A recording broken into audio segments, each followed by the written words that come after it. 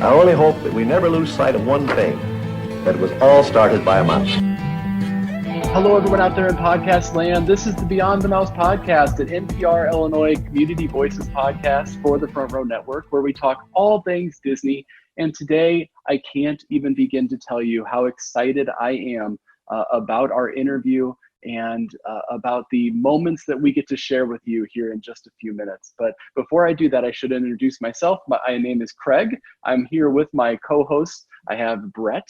Hi. And I have Vanessa. Hello. And we have such a special episode here for you. We want to get right into it, but first we want to just give you a quick bio of the individual that we are going to be discussing today, and just a wonderful interview with him. And so I wanted to talk to you a bit about Floyd Norman. Floyd began his career at the Walt Disney Company in 1956 as an in-betweener on Sleeping Beauty, becoming the first African-American artist hired to a long-term contract at the studio. Moving through the animation ranks at Disney, he went on to work for many Disney classics, including The Sword and the Stone and The Jungle Book. After Walt's passing, Norman co-founded Vignette Films and with a business partner, Leo Sullivan. Together, they would go on to produce educational films for Black school children and segments on Sesame Street and Fat Albert. Floyd Norman then returned to Disney in the 70s to work on Robin Hood, along with numerous stints at Hanna-Barbera on the Saturday morning cartoons that we all know and love. More recently, Floyd has worked as a story artist for The Hunchback of Notre Dame and also for Toy Story 2 and Monsters Incorporated for Pixar. In 2007, Floyd Norman was named a Disney Legend. He continues to work on numerous projects today, and in 2016, the film Floyd Norman, An Animated Life, co-directed by Michael Fiore and Eric Sharkey, was released, and it is now available. We would encourage you to go to floydnormanmovie.com and check out where you can purchase that on Blu-ray. It's also available on Amazon Prime and on iTunes, and so you can stream it right there as well. And it is such an outstanding documentary. I can't recommend it enough. Guys, do you have any comments before we just jump right into the interview here? I am so excited. Yeah, there are no words, but I'm going to have to find some. But All right, without further ado, our interview with Floyd Norman. Well, here we are with Disney legend Floyd Norman. We'd like to welcome you to the podcast, to Beyond the Mouse, and also to NPR Illinois. So I want to say thank you so much for taking some time out of your day to speak with us today. And can't tell you how excited we are for this. Actually, one thing I wanted to do right away was to wish you an early happy birthday. And I will say that I am no Scarlett Johansson. That's a joke for all of you that have seen Floyd's documentary, Floyd Norman, An Animated Life. But I still, I'm not necessarily as great as Scarlett Johansson, but hopefully you'll appreciate the happy birthday all the same. Yeah, well, at Disney, they say your dreams come true. So, well, they are right now. So thank you. So yeah, Absolutely. so I wanted Scarlett to sing happy birthday to me, and she did just that. So there you go. That is perfect. That is perfect. Yeah. So you'll be turning 85 years old on June 22nd. So Yeah. that's just around the corner. Doggone it. Yeah. It's That's a good wonderful. I like Well, thank you for 45. I taking- like 45 better. Actually, I like 35 even better. Well, thank you so much You're for taking there. some time with us today. You bet. I wanted you bet. to actually start with, there's a lot of events that have been unfolding in the past week, particularly, but really the past decade here. And I know that hearing the story of you purchasing a camera from Roy Disney and using that camera to actually film the Watts riots, and how you were able to use that footage moving forward. And really, we're going to ask about some of the work that you've done in the civil rights realm as well. But just wanted to, I think we'd be remiss if we didn't take a moment with all of the tragedy that's going on and just say whatever thoughts that you might have on that. Okay, sure. Well, I don't consider myself any kind of a hero. As a matter of fact, the reason we took Roy Edward Disney's camera down onto the streets of Watts back in 1965 was simply as filmmakers and storytellers, here we had an event unfolding right in our own community. And so when you are a filmmaker and you have cameras, and we did have a 16 millimeter camera, a Bolex, and then I purchased a second Bolex camera from Roy Edward Disney, the nephew of Walt Disney. And we took those two cameras down onto the streets of Watts back in 1965 using high-speed black and white film, because I guess this long before video, it was very difficult to shoot at night. So you had to have black and white, you couldn't shoot color, and then you had to have high-speed black and white film. So we were able to get those images on film. We took that footage out to NBC, and while we were there, they prepared a special that would go out across the nation about what was happening in Los Angeles. So in a sense, we were kind of part of history. We weren't trying to be, significant. We were just documenting history. Vanessa, I think you had a question about some of those videos as well. Yeah, well, you had created the series of African American films to help educate the public and progress the civil rights movement, of course. And I was just wondering, in what ways do you think creativity, what ways can it be used to further progress today? Well, again, we're filmmakers, and which means mainly we're entertainers. I mean, both my associates and myself worked in the entertainment media. I worked at the Walt Disney Studios, and they worked in Hollywood as well. And so what we saw back in 1965 was an opportunity.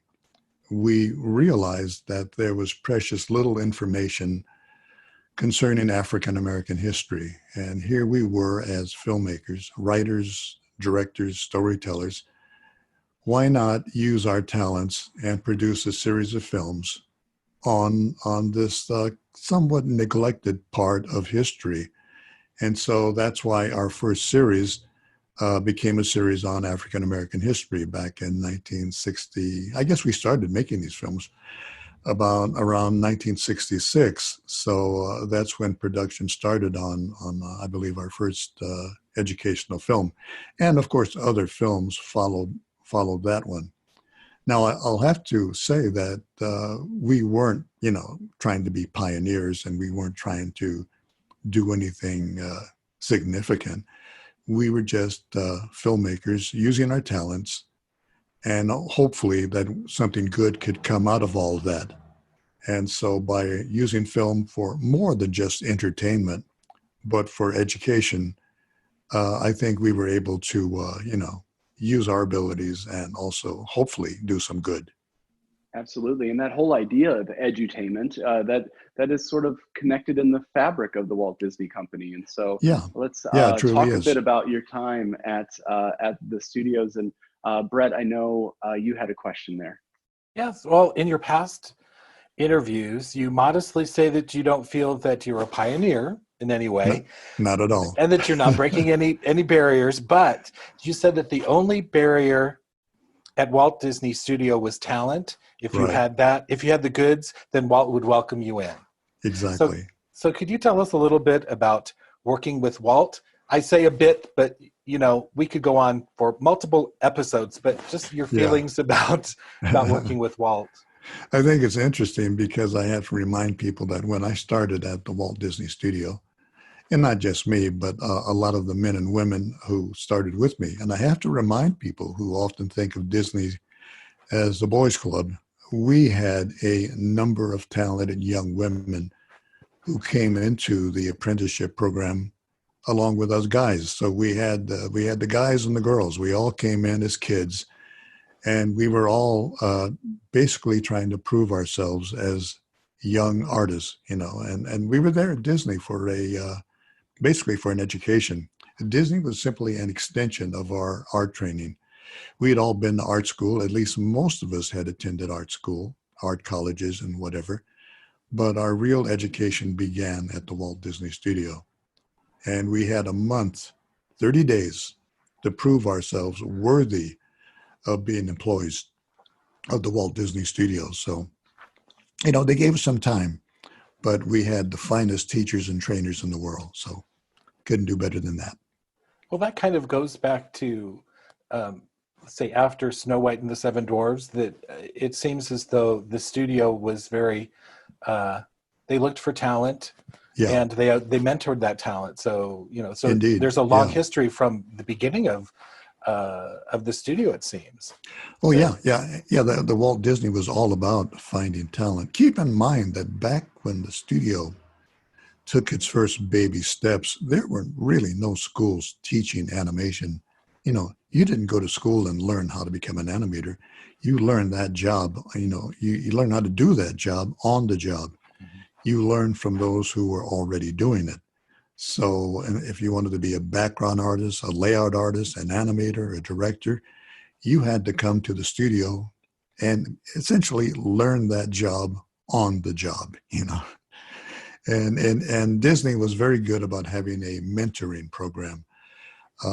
So much with all of us kids, and we were all kids back then. We were all in our late teens, early 20s, but we learned from these Disney masters, the men and women who made the Disney classic films.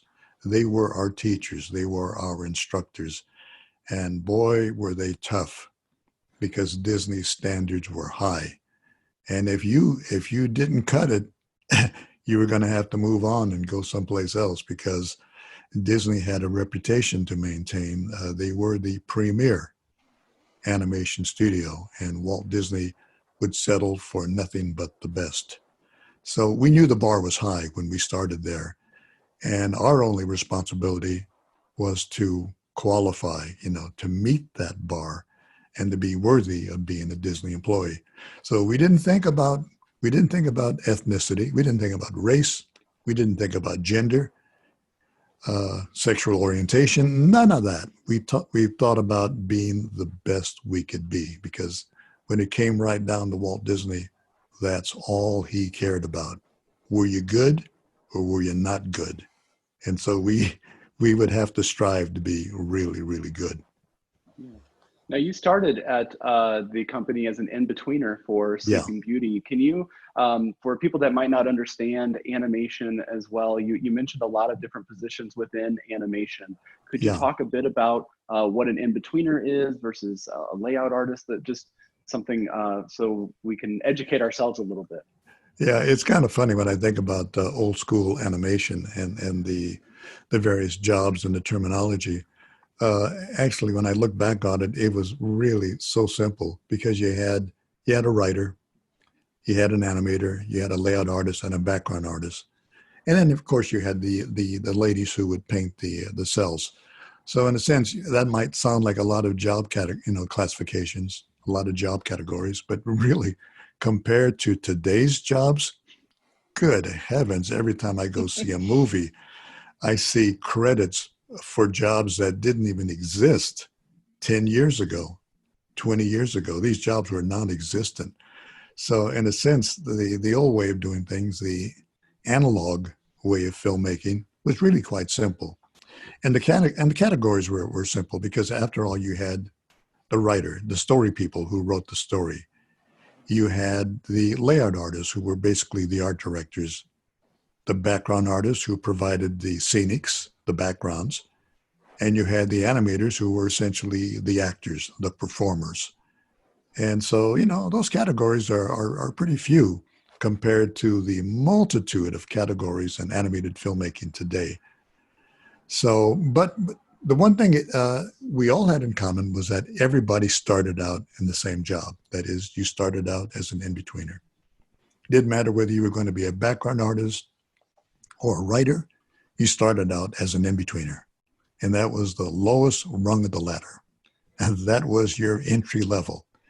That was the job everybody had to do in order to get to that eventual job that they were trying to get to. So I tell people, it sounds like a crazy job, but an in-betweener is exactly what it sounds like.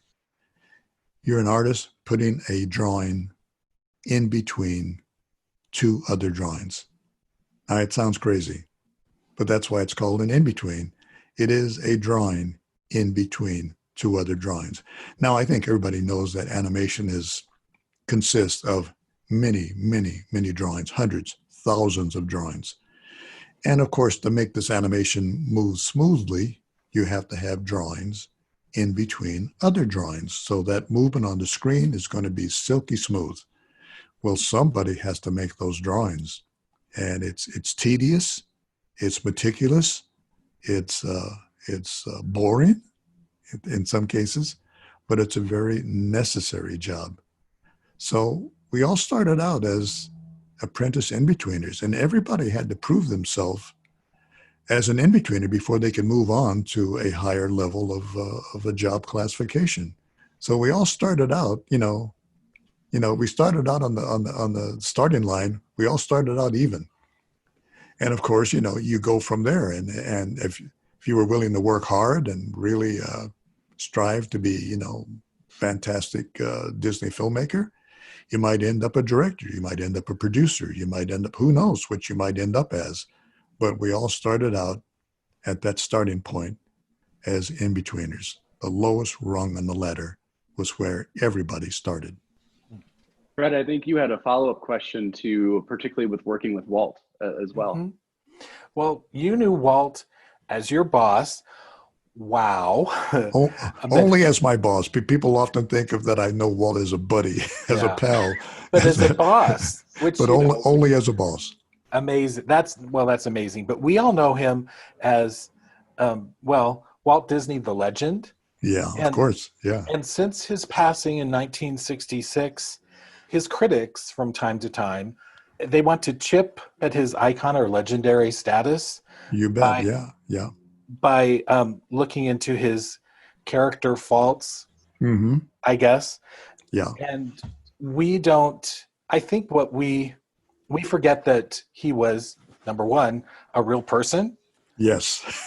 He was human. Yeah. And I think that sometimes the critics look through a revisionist view, a revisionist lens, and they kind of place the current views and values and feelings on a man that was born in 1901. Right. Could you speak with that about a little bit, or what were your observations?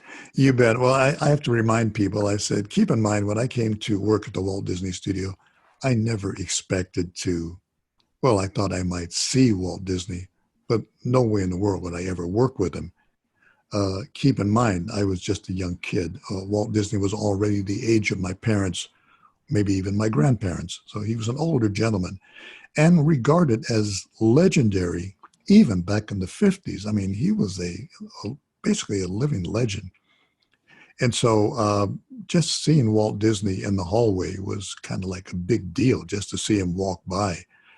Those of us who had the nerve might even had the courage to speak to him and say, hi, Walt. You didn't call him Mr. Disney. He didn't like that. You had to address him as Walt. So you'd say, hello, Walt, or good morning, Walt. And that, if you had enough courage to do that. Now, keep in mind, it was a decade before I even met Walt Disney. I had been at the studio for 10 years before I even came to his attention. So we certainly did not meet right away. I'm sure Walt Disney had no idea who most of us were. We were not important. We were just a bunch of young kids, learning our way. And some of us would move on. Some of us would stick around. And some of us might even advance in the company and go on to become writers, directors, producers. That might happen as well. But it was certainly nothing I ever anticipated. I had been at the studio 10 years when Walt Disney discovered me, or some might say exposed me, because Walt found me. And so that's how I had this remarkably good fortune to have been given the opportunity to work with Walt Disney. That was never anticipated. I never in a million years thought I would ever be in the same room with Walt Disney. Keep in mind, there were hundreds of people, maybe even thousands, who worked at the studio. That's a lot of people, a lot of employees. Maybe a dozen people met on a regular basis with Walt Disney. Maybe a dozen or so. Imagine being in that same room with Walt Disney. What in the world? I still look back on it and I can't believe that I was in multiple meetings with Walt Disney. How many people would have given anything to have been in that room with the boss himself? But there I was, not because it was something that I tried to attain. It was just a matter of the boss discovered me, wanted me there, and believe you me, if Walt hadn't wanted me in that room, I would not have been there. So, it was his decision. Now, people ask me, what was Walt Disney like? Well, I had to tell people, I'm going to be honest, he was a tough boss. Walt was very demanding. He wanted only the best, and he only accepted your best. And if you were a wise employee, you best not disappoint him. Now, I'll also have to say that Walt Disney was not a perfect man. He would admit that himself. He drank too much. He certainly smoked too much. We know that for sure. That's what took his life. But on the other hand, he was the fairest boss I ever worked for, the most respectful man I ever worked for. He treated people, no matter who you were, no matter what you were, he treated all people with respect. And so whenever I hear Walt Disney being referred to as a gender bigot, as an anti-Semite, as a racist, and a lot of big shot Hollywood people have called Walt Disney those names. Well, I can tell you firsthand that that's not true. That's not the man I knew. That's not the man I worked for. And so I have to continually call out Hollywood big shots who like to label Walt Disney as racist, was treated women unfairly, was just not open to minorities working at his studio. Those accusations are false. They are false. They are not true. And those of us who had the pleasure and privilege with working with the old man, and we say that respectfully, the old man, have to continually defend the boss, because there are people who want to tear him down. For some reason, people do not like heroes, and they want to find, chinks in the armor. They want to find fault. They want to find imperfection. Well, they can always find it, because after all, we're human. We're not perfect. And Walt Disney was not a perfect man by any means. But was he a good man? I'm here to tell you he was one of the best men I've ever known in my life.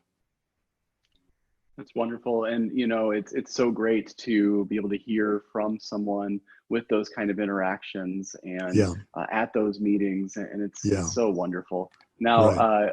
Changing gears a little bit. Changing gears a bit. Yeah, you should talk to Richard Sherman, the composer. We'll put that on the list. Yeah, do you have his number? Yeah, we'll call him if you want. Robert and Richard Sherman worked closely with Walt Disney, and boy, the stories they could tell, because they had a very personal relationship with Walt Disney, and they have a lot of stories to tell. Absolutely. Yeah. So Vanessa actually wanted to talk to you a bit about your recent appearance this past month on Pawn Stars. What a surprise.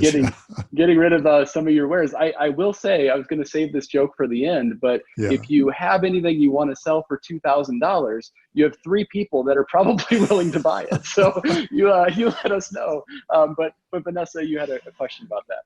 Oh yeah, well that was such a great clip that I've seen from Pawn Stars. Love the show and loved your appearance on there. You said something when you were talking to Rick Harrison that you didn't get in trouble at Disney because you knew how to make Walt laugh. And we hear these descriptions of Walt, how he's kind of a tough boss, and I was just wondering, what the heck how do you make Walt laugh? How would we do that? How did you do that? Yeah, well, I'll tell you, here's something that really saved me. Keep in mind that, once again, consider this. I never thought I'd ever be in a meeting with Walt Disney. I never thought I would pitch story ideas to Walt Disney. That just never crossed my mind. I was a kid. I was a nobody. I was not an established, Disney veteran with many, many years at the studio. So I never even saw myself in a meeting with Walt Disney. And lo and behold, back in 1966, I found myself, much to my own shock and surprise, on the story team of The Jungle Book and having to pitch ideas to Walt Disney. And Walt was dissatisfied with the first iteration of The Jungle Book. He wasn't happy with it at all. Thought it was too dark, too dreary, too mystical, such a downer. He just hated the movie. And he didn't want that movie. He wanted something different. But he didn't tell us what it was. We knew what he didn't want, but we didn't know what he did want. Now, here's where growing up Disney really saved my bacon. As a kid, I had grown up watching Disney movies, listening to Disney songs, reading Disney comic books. I was totally immersed in Disney as a child. So when Walt Disney was dissatisfied with the first iteration of The Jungle Book and wanted something else, people were scratching their heads and saying, "Gee, I wonder what Walt wants." And I'm no genius, but I knew what he wanted. He wanted a Disney movie. He wanted a Disney movie. That's what was missing. That's what he wasn't getting. And thankfully for me, I knew what that was because I had been totally immersed in Disney since I was a child. I knew what a Disney film was. I knew what Disney characters were like. I knew that when you went to the theater to experience a Disney film, it's a film that made you laugh and smile, but it also made you cry. It touched you. It really grabbed you emotionally. When a film has all of those qualities, then that's a film Walt Disney's going to like, So I knew what the old man wanted. Yeah, never speaking down to children or to the audience. That Never, I brought that never. up, and Yeah. we talk about that a lot. We just did a review of Onward when it came out in March, and just those ideas of grief and Yeah. loss that are translated in such a way that my 4-year-old gets it. He talked to me about in that film. They make allusion to the father dying and being connected to tubes, and he was like, you know what? Why was he connected to tubes? So you have that conversation with him. Well, that they were trying to save him, and just some remarkable things there. Isn't that remarkable? Because boy, and I've forgotten the director's name now. The writer director of Onward is a young man that I worked with at Pixar some years ago, and so I know him. And I remember I was at a party in Beverly Hills. All this fancy Hollywood talk here. I'm in a party in Beverly Hills with the same director, and Helen Mirren was there, and I remember being sort of like gaga because oh boy, I'm having a glass of wine with Helen Mirren. It doesn't get much better than that. But anyway, the same director who had directed Onward had directed the film at that time, Monsters University. And so we had just seen Monsters University. And then some years later, his new film would be this film called Onward, that I had, I had misgivings about the film. I just wasn't sure if this movie was going to work. So, I just was somewhat hesitant. And I saw the film and I was totally blown away.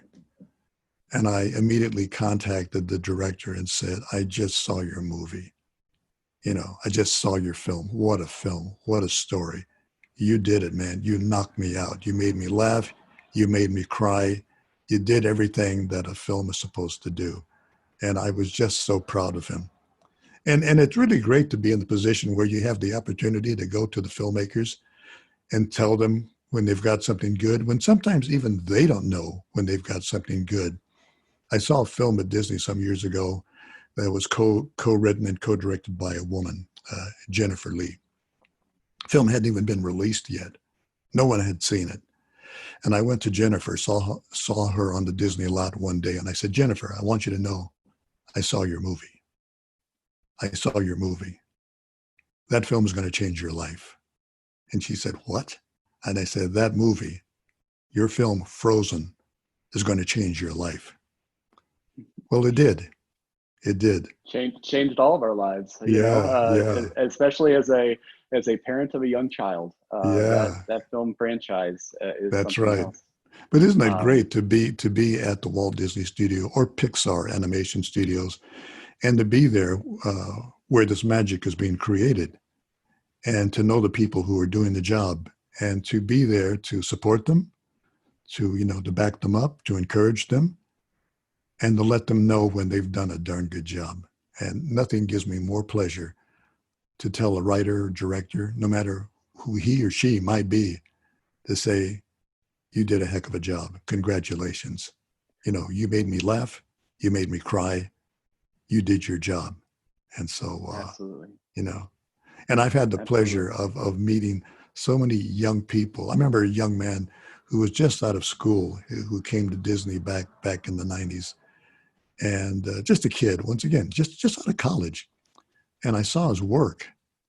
And I told my friends, I said, that kid over there, one day, he's going to be a writer-director, and his films are going to be watched by millions of people.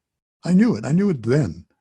And that kid went on to write and direct a number of films, most notably the How to Train Your Dragon trilogy, where he co-wrote and co-directed. Actually, he directed the last two by himself, and that was Dean DeBlois, who I worked with on the film Mulan back in the 90s. I knew Dean would one day be a writer-director because I knew he was darn good. And I told people that early on. I said, watch this kid. He's going to be going places because he's good. I will tell you what, one of your best qualities, I think, from this brief conversation with you is how modest you are about yourself and your accomplishments and how giving you are to others. And so, thank you, Bob. I have a lot to be modest about. but definitely the offer is always there. I know you told Rick that he could come back and see your stuff, but you can always let us know if you have a Floyd Norman print you're looking to get rid of. Okay. I did want to talk to you a bit about Sword in the Stone. It's one of my all-time favorites, and so can you talk to us a little bit about that process? Was a few years after Sleeping Beauty. So were you feeling more ingrained in the studios at that point? Were you feeling a little bit safer, or what was the process like? Yeah, it's interesting because Sword in the Stone was I guess it was my third film, because after all, I had worked on Sleeping Beauty. That was my first feature film.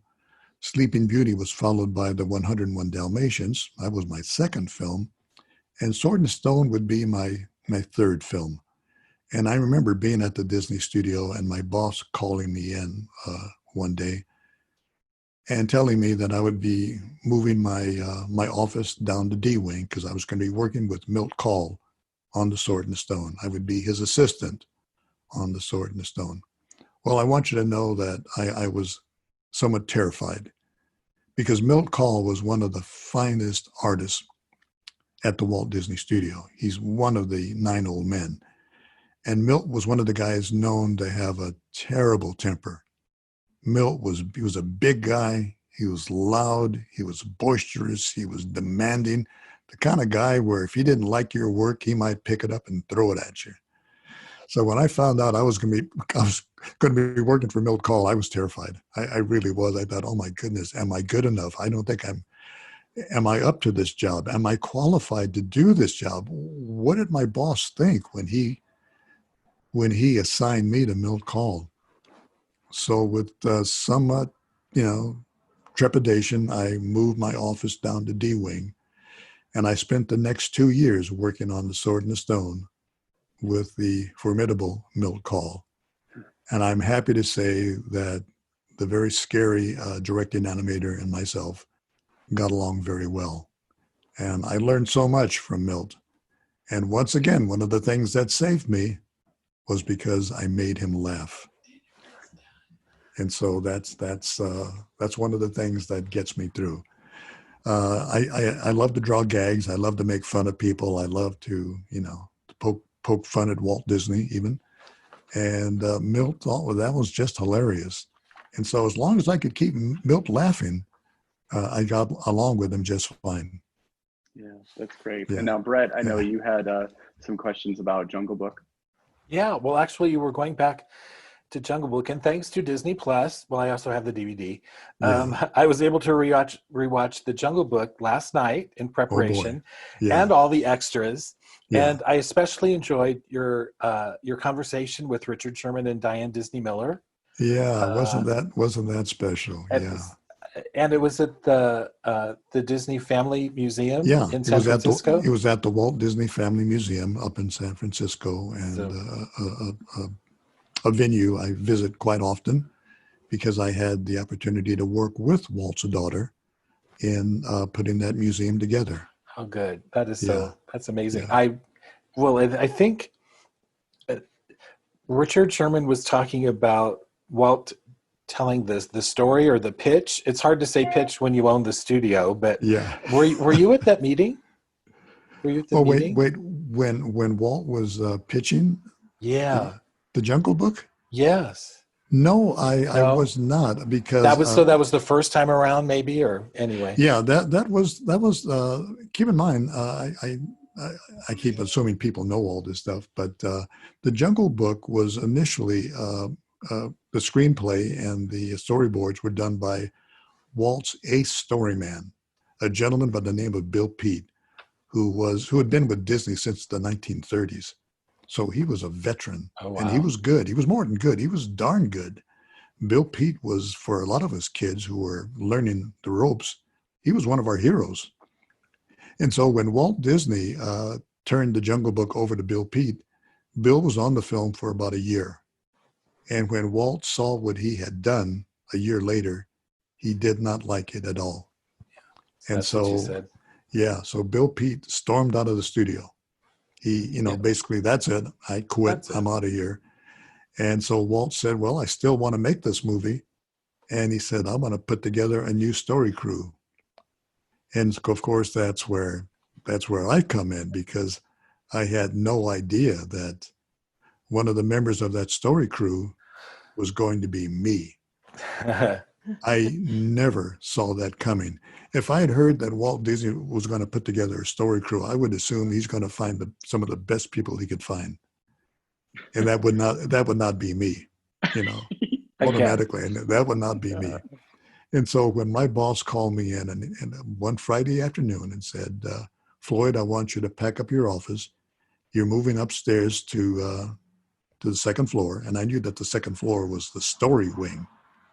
That's where the stories were written. That was a very important floor.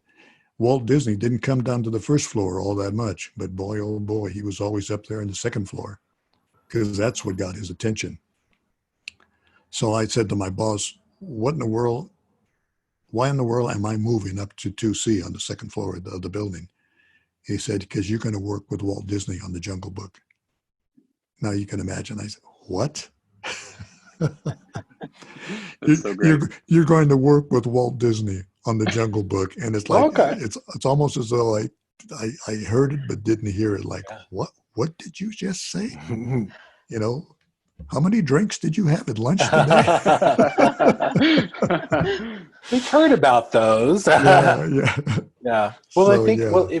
if you would go back again, still the Jungle Book. If you go back to the documentary, your documentary, mind you, we're Yeah. talking about your documentary. Anyway, Mhm.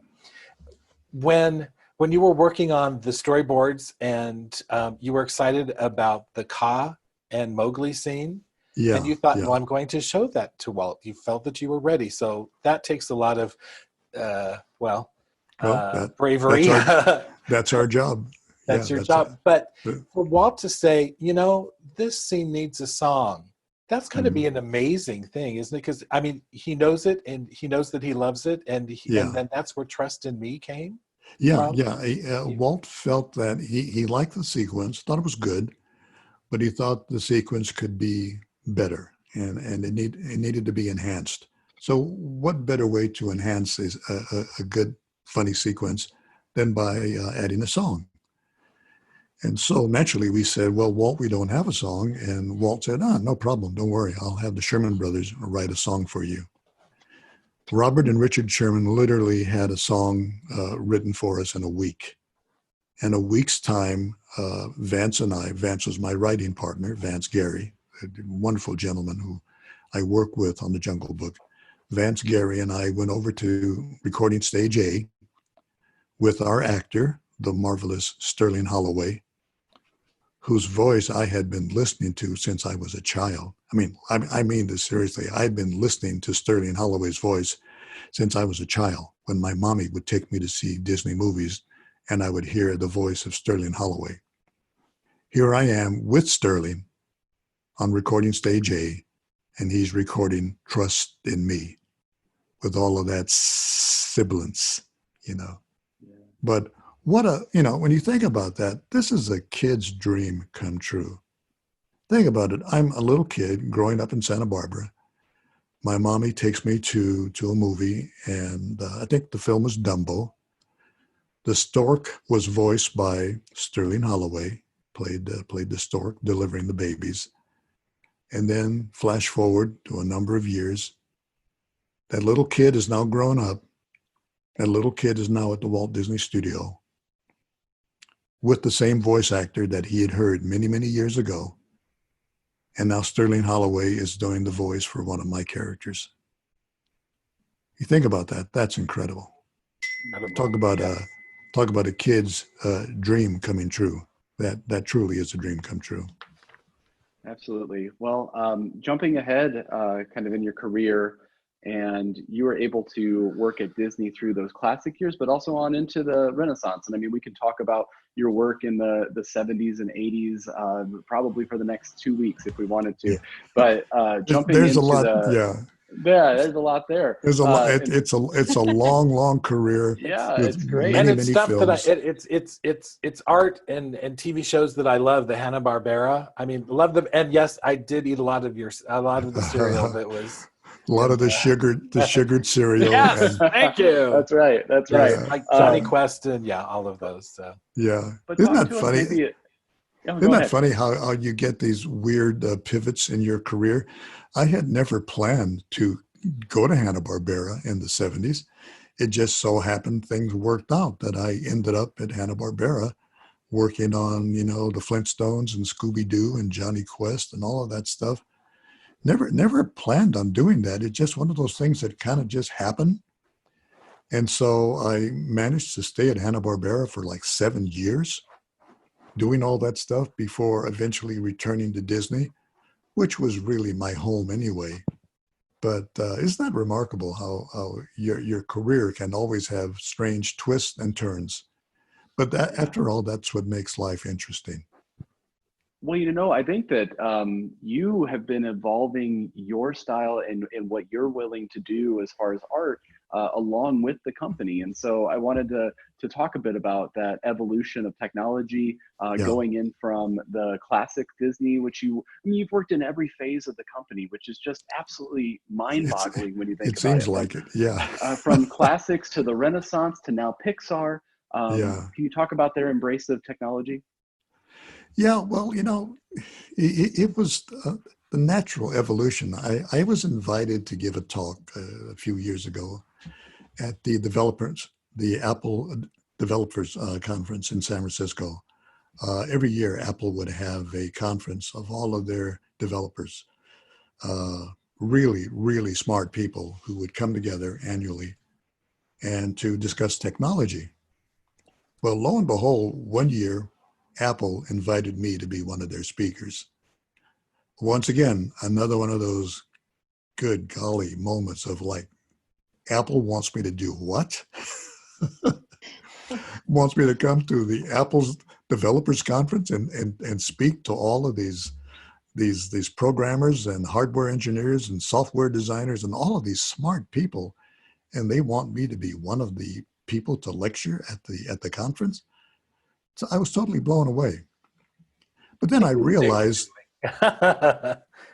one of the things I realized that the Walt Disney Studio has always been evolving and developing. And so I realized that I was able to speak on the subject of innovation. It's creativity, but it's also innovation. And that's important, you know. And so I found myself being right at home at Apple and being right at home with technology, because one of the things Walt Disney loved, Walt Disney was a pioneer. He was an innovator. He looked forward to the future. Yeah, he was nostalgic about the past, but he looked forward to the future as well. Yeah, absolutely. Now, Brett, did you have a question about working at Pixar and sort of the differences there within Pixar and their Yeah, creative how is it? process? Sure. How is it similar, and how is it different to the process that you had Yeah. working on those Disney classic films? Yeah. It is interesting, isn't it? Because they appear on the surface to be so different. And yet storytelling is still storytelling. Filmmaking is still filmmaking. What Pixar added to the mix was bringing in new technology. And that's what you might say pushed us forward or sent animation off into a totally different place. Not a big surprise for me because I saw it coming. So I was not blindsided by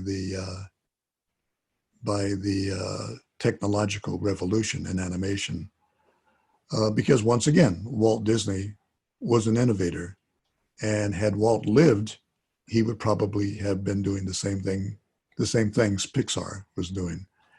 I was eager to go to Pixar back in the early 90s because, kind of a funny story, there was a guy there that I really admired, a technologist, a really smart man, and I wanted to meet him. His name was Steve Jobs. And so one of the reasons I was so eager to pack my bags and to move up to the Bay Area was because I wanted to meet Steve. And thankfully I was able to do that. And that was quite an experience all by itself. And so Steve was, and I bring up Steve Jobs because there's a real Walt Disney connection here. I've had the opportunity to meet some amazing people during my life. Walt Disney was certainly an amazing gentleman, innovator, brilliant, forward thinker. And some people would say it's somewhat crazy. Steve Jobs was much the same. Steve Jobs, like Walt Disney, was highly opinionated, very innovative, very forward thinking, looked to the future. Looked to doing the impossible. A lot of people thought he was nuts as well. I find that brilliant people are often perceived as crazy men, as I call them. The people think they're crazy, but they're always with us. There's always a Walt Disney. There's always a Steve Jobs. There's always an Elon Musk. Crazy men with crazy ideas who do amazing things. So some kind of eccentric quality with all of them and all of that. So exactly, things that other people don't. Yeah, and some of the things seem to at times defy logic. Absolutely. Yeah, some of their ideas are just so off the wall. It's like, what is he doing? He's doing what? And people You're going to have that a personal phone that walks around with you everywhere you go. And oh no, that's going to be a computer too. And isn't that amazing? Yeah. Imagine that. Yeah. Yeah, certainly we don't want to let you go without talking about the documentary that we all love. It came out in 2016, Floyd Norman, An Animated Life, and it's co-directed by Michael Fiera and also Eric Sharkey. And so we really, Vanessa had a question in particular about how that came to be. Yeah. Well, I mean, not many of us have documentaries about our lives. So I was just wondering, this documentary, after watching it, it's wonderful. I can't wait to make everybody watch it because it's so good.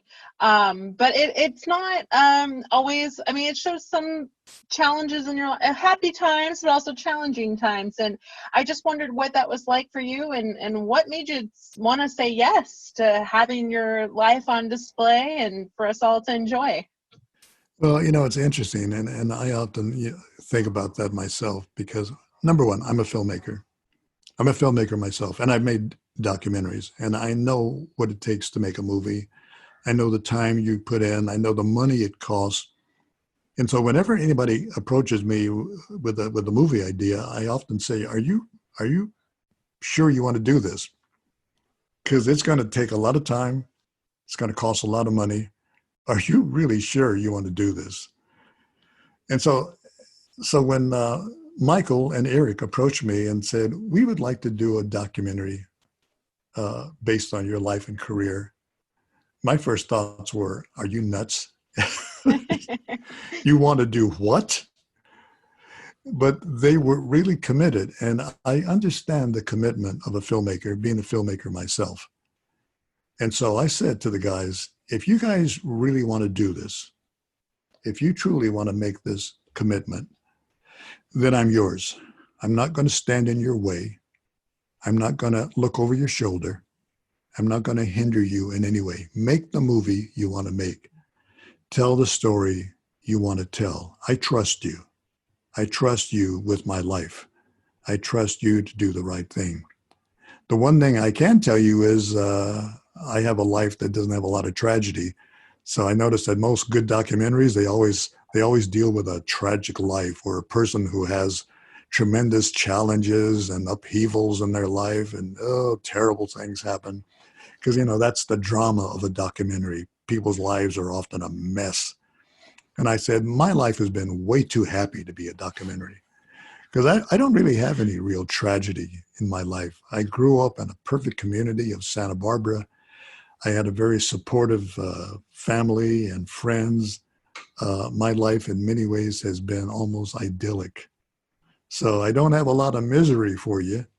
So if you can make do with a happy life, then you can tell my story, because my story is by and large a happy life. I've got a lot to be thankful for.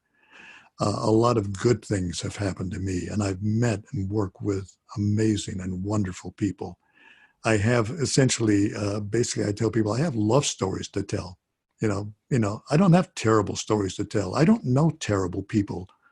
I know good people. I know marvelous people, talented people, some of them unknowns, some of them famous.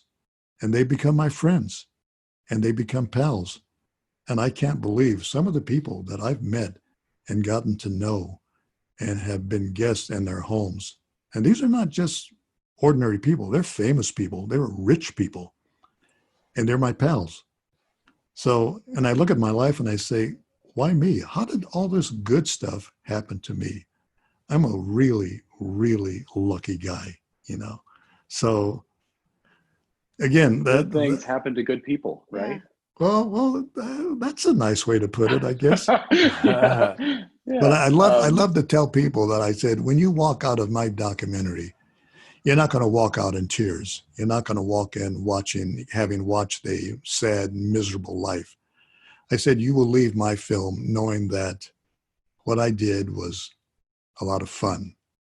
And I had a good time doing it. I had a great life. I had wonderful children and grandchildren and great friends that I've known all my life, and kids that I've grown up with, that I work with, that I've attended their marriages. I've watched their children grow up. I've gotten to know their kids and their grandkids.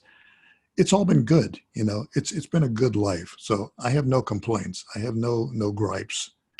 And it's just been, I hate to say it, it's been like a Disney movie. Yeah. Well, we all happy love ending Adrian throughout. Well, there's too. no happy ending yet. It's like happy continuing. Exactly. I loved the intro when you were like, life of poverty. Just kidding. I'm like, I like this guy. I like this guy. It's a Vanessa thing. So. That's something I do. Okay, but I when I was watching today, at the end there were tears, but they were tears of happiness and just the influence and the respect that you had from your peers. Yeah. That you have from your peers. Yeah.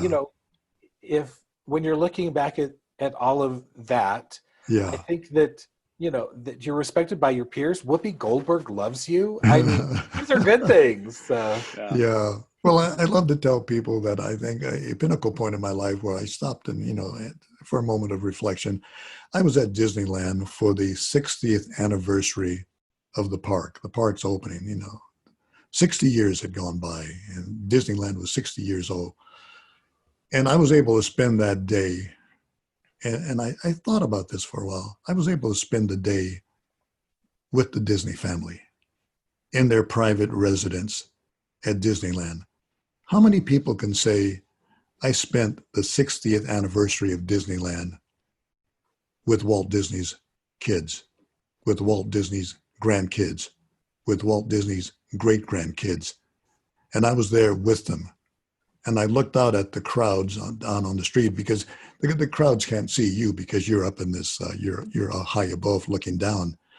And I'm looking down at massive people and they're all having a great time in the park and celebrating.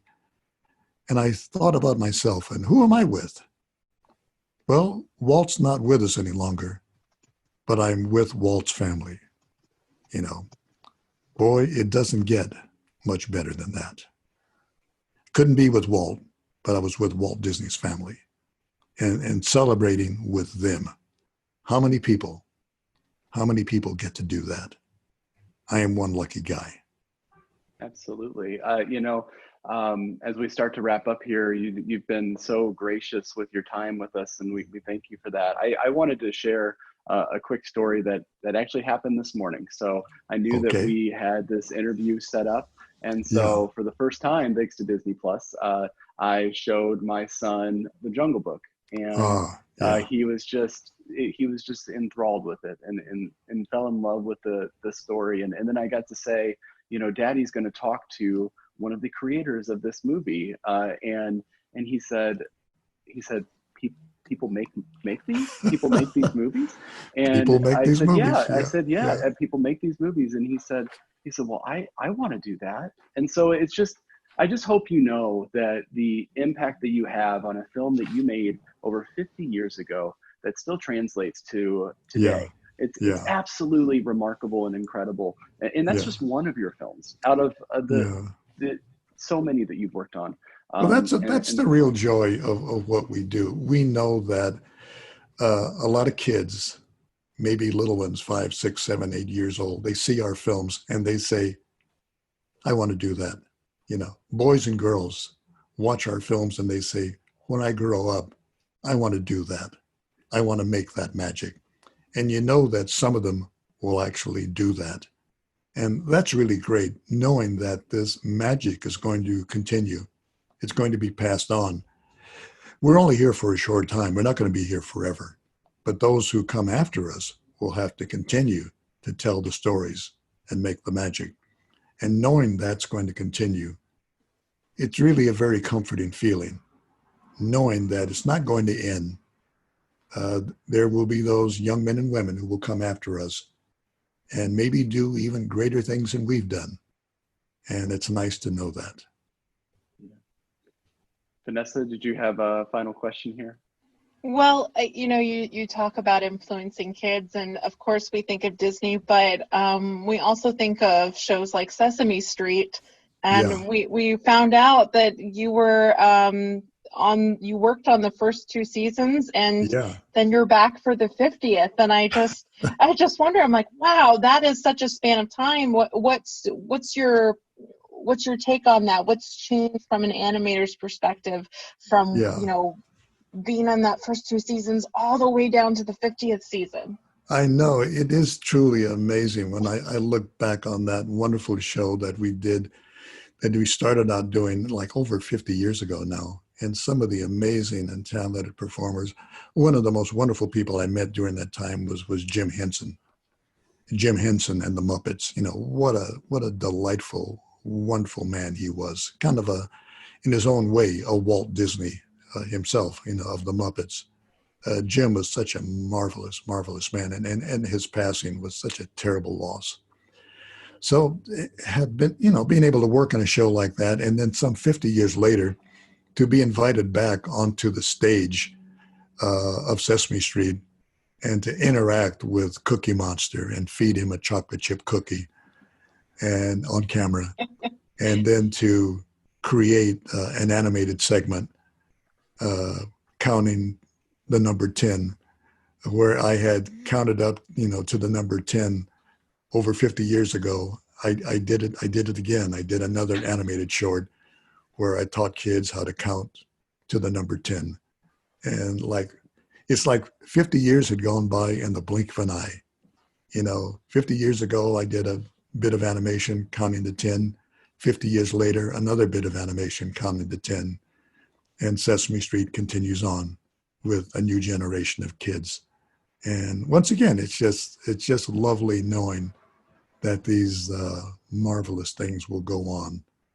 And there's a sweetness, there's a corniness, but there's just something so charming and sweet about kids and a show that appeals to kids. Once again, it's the best job in the world. How can you even call this a job? It is doing wonderful things, sharing, giving, caring. It makes you feel good. It's not a job. It's an honor, to be able to do things like that and to teach kids and to help boys and girls grow up and to be a part of all that. It just doesn't get any better than that. Brett, did you have any final thoughts? No, it's just thank you for everything. You're an inspiration to creative people. I'm a digital media artist, so Thank you. Not any, well, anyway, I have aspirations, but anyway. So well, we all do. And I'm still learning myself. So I'm still working. You're an inspiration to Disney people. And just, can I say everyone? So, well, thank you. Thank you so much. No, it has been my good pleasure. I tell people I've had the opportunity to entertain thousands of people, millions of people, maybe around the world. What could be better than that? I look at the films that I've worked on, the stories that I've written, stories that I've told, and to be able to share this with people and to make people smile, to make people laugh. What greater gift, can you give than a little joy and happiness? And to be in a position to give people joy and happiness, you can't ask for a better job. You really can't. We can't we need thank to you put enough. that on a t-shirt. Yeah. T-shirt, guys. Those are words to live by. The joy and happiness you have given to the three of us, just remarkable. Thank you so much. You truly are. You truly are more than a Disney legend. That moniker is with you for forever. But you're a legend to us, and we thank you so much. Thank you very much. We thank you for your time. So you bet. It's been my pleasure, and it's been great talking to you. Thank you so much. Okay. What an excellent, wonderful, charming, amazing man that we just had the privilege of talking to. Just your thoughts, Brett or Vanessa? There are some people who I believe are put on this earth just to be wonderful, just the best humans that you could possibly imagine, and they just inspire and bring joy to people they meet, and he is one of those persons. He is just sheer joy talking to him. I don't know that I've ever spoken to anyone with, I don't know, that has affected me so much in that way. He's just sheer joy to talk to. He's a beacon of happiness and humility and talent. Floyd Norman is my new hero. Who are we kidding? Such a gracious and warm and kind man, and you can certainly tell why he has had such an amazing and successful career. So, Morelli, that's about it. He is my new hero. Humanitarian, brilliant, genius. And even everything. when we got off of the Zoom call with him on the recording side, I said how great of a storyteller he is, and then what did he say? He learned from the best. He learned directly from Walt Disney on storytelling, and just just absolutely an incredible honor and a privilege to be able to talk to this gentleman.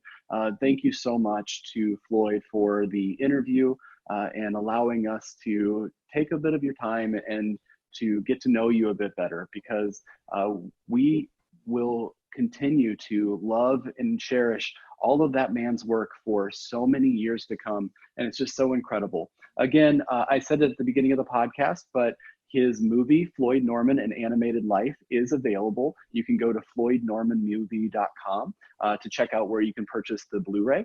You could also go to iTunes or onto Amazon and purchase it right now streaming. And I cannot recommend this enough for a Disney fan. Oh, yes. Well, I loved the documentary. First of all, I love documentaries. I love all things Disney, and I love documentaries about the creative process. So this checks off all of those, and I loved it, and you will love it too. So please go and check this movie out and let us know what you think about it. You can, of course, find us at nprillinois.org. You can also follow us along on Facebook at Beyond the Mouse Podcast or the Front Row Network. And you can follow us on Twitter on Front Row Reviews with a Z. If this is your first time listening to the podcast, we really appreciate it. We'd love it if you go ahead and subscribe to us and listen to all the things that we have coming in the future, because who knows? We just talked to a Disney legend. I think the sky's the limit from here. So we, again, really appreciate Floyd's time. So any final thoughts, Vanessa? I'm just feeling so good right now. I feel so calm and peaceful and excited and joyful and all those things. And I'm pretty sure that anyone who's listening is going to feel that way. And if you've watched the Floyd Norman An Animated Life, you're going to feel that way. If you haven't, do yourself a favor. Go watch that documentary. Brett? Any final thoughts on this interview? Wow. Well, just wow. How about that? Floyd Norman is an amazing person, creative talent, and gift to the world. How about that? And go watch the documentary because it's amazing. Thank you. Absolutely. Absolutely. Well, thank you all for listening so much. For Beyond the Mouse, I am Craig. I'm Vanessa. And I'm Brett. And we will see you real soon in the front row. Thanks, everybody. And thank you, Floyd Norman. You are just amazing. Thank you.